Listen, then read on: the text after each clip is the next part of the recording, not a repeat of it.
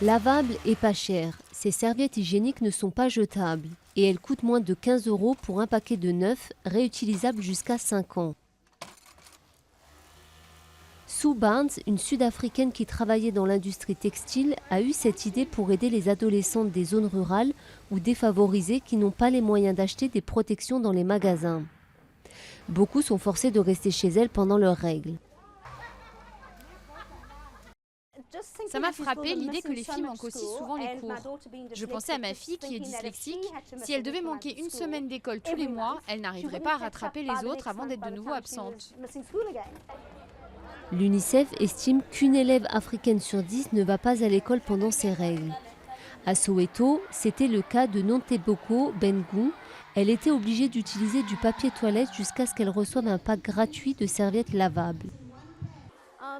Ma mère n'avait pas d'argent pour m'acheter des serviettes hygiéniques, alors je ne pouvais pas aller en classe. Les jeunes filles défavorisées se retrouvent obligées d'utiliser des morceaux de tissu, des journaux ou des sacs en plastique. Sue Barnes se rend dans certaines écoles publiques pour animer des sessions d'éducation sexuelle et distribuer ses packs de serviettes quand elle reçoit assez de dons pour financer la fabrication. Le côté lisse se met contre la culotte et on a le côté doux ici. Il suffit de clipper la protection comme ça, c'est très facile. La jeune fille peut la porter pendant 3 à 6 heures en fonction de ses règles et quand elle a besoin d'en changer, elle la détache et elle la lave.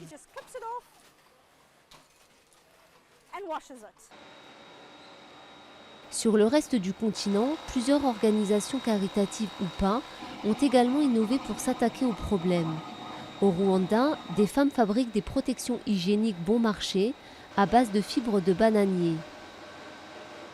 L'idée était de fabriquer des serviettes en utilisant des matières naturelles qui pouvaient être récoltées localement.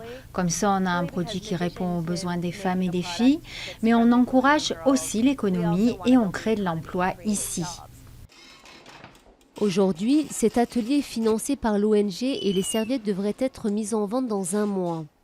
Dans des endroits où parler des règles est souvent tabou, ces innovations constituent une avancée importante pour de nombreuses femmes et jeunes filles.